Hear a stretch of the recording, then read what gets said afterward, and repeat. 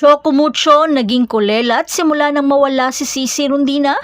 Petrogas Angels nilampaso ang Flying Titans. Bagyong Pablo muling lumipad at pinatunayan na hindi siya dapat binabangko. Pero Choco, makakaahon pa kaya sila sa sunod-sunod na pagkatalo? Pero bago pa man ang lahat, kung hindi ka pa nakapag-subscribe, please like and subscribe at pakispike na rin sa bell button para lagi kang updated sa mga volleyball ganap. Hindi na nagpatumpik-tumpik pa ang Petrogas at agad nilang winalis ang Choco sa tatlong set. Talagang desperado na ang Petrogas sa pagsungkit ng panalo dahil sa tatlong sunod-sunod na pagkatalo. Ito na ang pagkakataon nilang maangat muli ang kupunan. Samantala, pinangunahan ni Win Masalas ang import ng Angels ang pagdomina ng Petrogas sa court na may 18 attacking points na nagtiyak ng matibay na tagumpay na may score na 25-18, 25-21 at 25-18.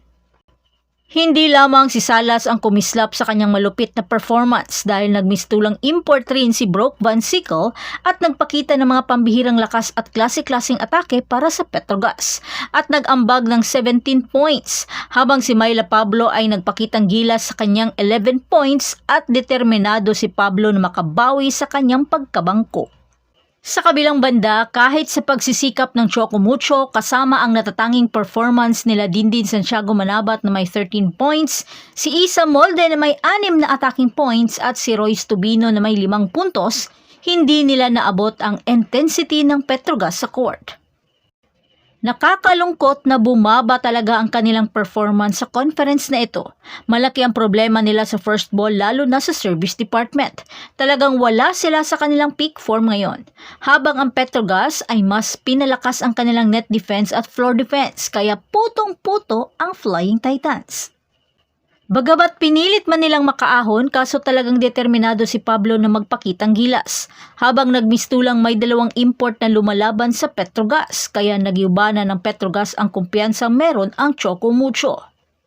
Ipinahayag naman ni Coach Koji Tuzurobara ang kanyang kasiyahan sa performance ng kupunan. Binibigyan diin ang kahalagahan ng tagumpay na ito para sa paglalakbay ng Petrogas sa torneo. Sinang-ayunan ito ng mga manlalaro na nagbibigay diin sa kanilang katatagan at determinasyon na magpatuloy na mag-improve at magsumika para sa tagumpay sa mga susunod na laro. Sa isang laro na puno ng makapigil hiningang mga bakbakan, umahon ang Petrogas sa pagkapanalo. Nagising ang Petrogas ng sunod-sunod na silang matalo kaya sa mga susunod nilang laban, baka ito na ang panahon na muling aahon ang defending champion. Kaya abangan natin ang mga susunod na updates sa nakakahingal at makapigil hiningang aksyon sa volleyball. Hanggang sa muli, patuloy na mag-spike at mag-dig sa ating channel.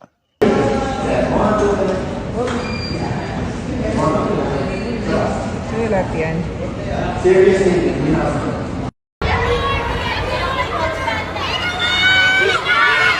Lilinet!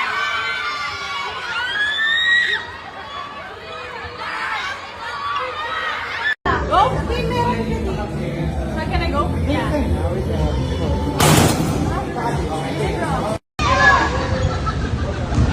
may labada.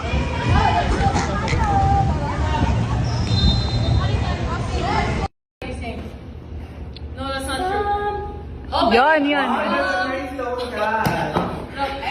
I don't keep cracking my gut. Some people. Uy! Tama. Yeah. Again. Open your mouth. Pag nag-sing ka ng vowel. Tapos pag galing dito. Use your diaphragm. Okay. Some people. It's better. It's getting better. I sound like Alicia Keys. It's like engaging your core. If I said engaging your core, but use your I'm a diaphragm. nasal singer. I am. Yeah. Some people want it all. Wow!